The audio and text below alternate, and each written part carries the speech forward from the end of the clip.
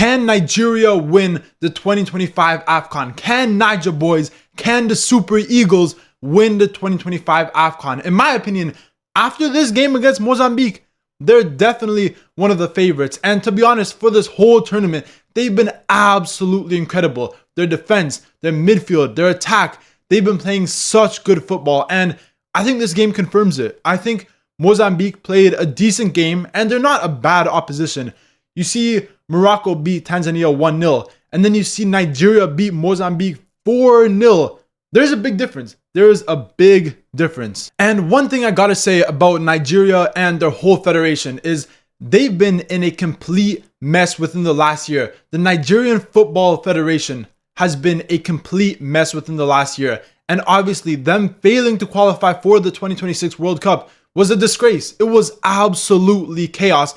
And I think a team like Nigeria to miss 2 World Cups in a row is crazy. It's absolutely disgraceful. But I do think that so far in this AFCON, they've really turned it around. I think their team is playing incredible. I think Eric Schell, who I've been very critical of since he's joined Nigeria, but throughout the last year, you see the progress. You can see the progress he's making with this team. And I think in this tournament, he's found the best formation, the best players for Nigeria's starting 11. And I do think that's been a problem with Nigeria throughout maybe 2-3 years, is that they have so many good players. They have so many incredible attackers, so many incredible midfielders. And I feel like you never really knew what the best starting 11 was for Nigeria. But I do think that Eric Schell has finally found his best starting 11. And I think that's the 11 that they played in this game. If we look at the stats, we look at the lineup. Look at this lineup. Incredible. Absolutely incredible.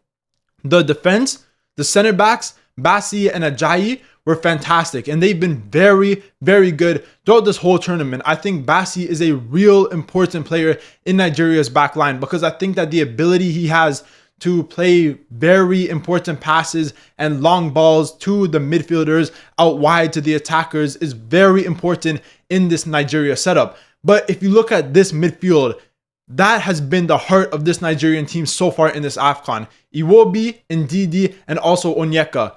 These 3 players have been absolutely incredible. Ndidi is a player who I was criticizing over the last year, saying that I think his time has come. He's getting up there in age. I'm not sure if he's the best player for Nigeria, but he's been really good in this tournament. Iwobi has been fantastic. And yes, he doesn't have the stats to show that. I think he did get a goal and an assist in one of the games. I can't remember which game it was.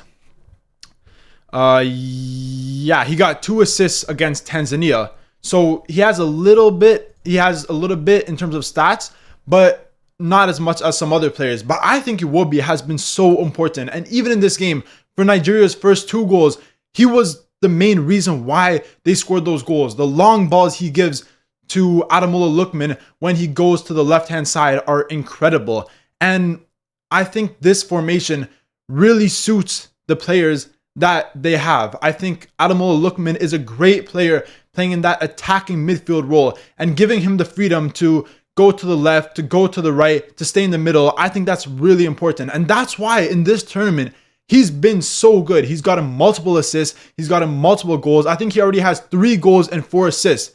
In terms of goal contributions, he's gotten the most in this whole AFCON so far. He's been absolutely incredible. And the way that he can receive passes from Iwobi, from Onyeka is incredible. Sending in the ball to Osimhen, to Adams, he's fantastic. Ademola Lookman has really been arguably the player of the tournament so far in this AFCON. And Osimhen, we all know Osimhen, he's absolutely incredible. 2 goals in this game. Akor Adams has been fantastic in this AFCON. Before this game, I feel like he could have done more. I think he only got 1 goal before this game. But in this game, he was incredible. He was the main reason why Nigeria won this game. 2 assists and a goal as well. He was fantastic. But just look at that front line of Nigeria. Osimhen with 2 goals, Lookman with 2 assists and a goal, and Akor Adams with 2 assists and a goal. Honestly, how can you beat this team? How can you beat this Nigerian team? Look at them in their first 4 games of this AFCON.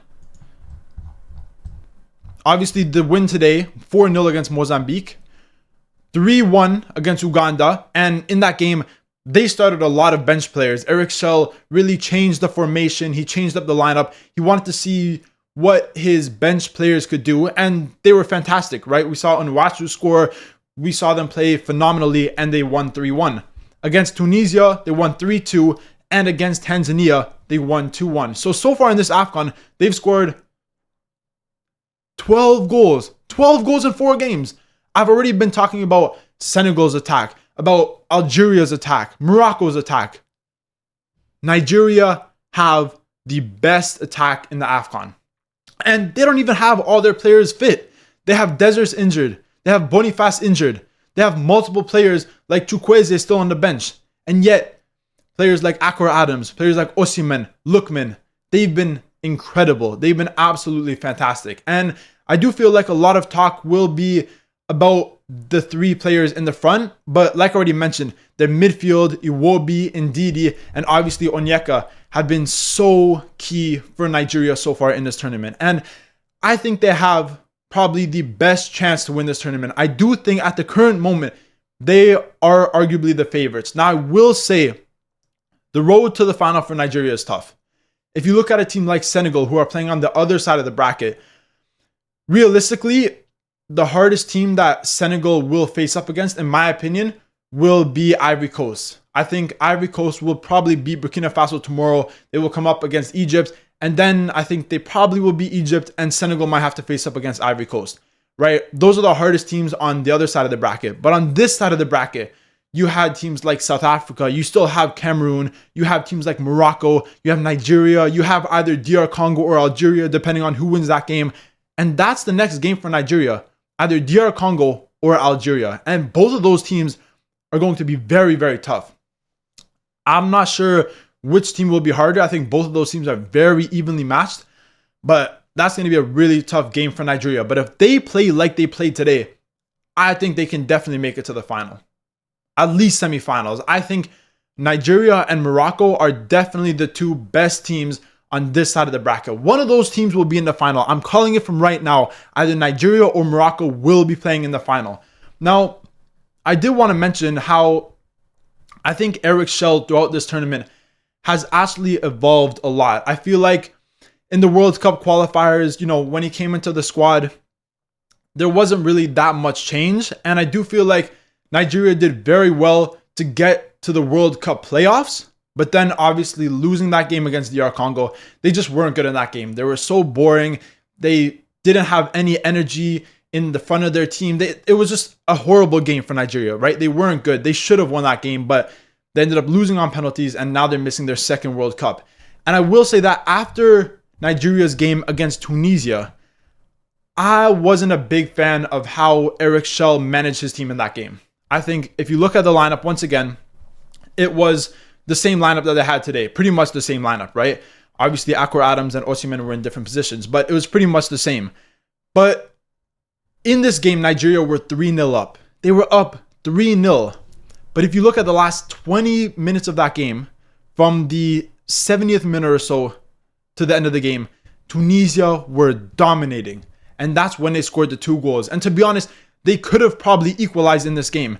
And one of the reasons for Tunisia being so much better in those last 15, 20 minutes was because of the substitutions made by Eric Schell. I think taking off Onyeka was a big, big mistake. And I think he's a key player in their midfield. I feel like this midfield 3 of Iwobi, Ndidi, and Onyeka, they can't be touched. They cannot be touched by anyone else. They need to start. They need to play the whole game for the rest of this AFCON because they are so important to this Nigerian team.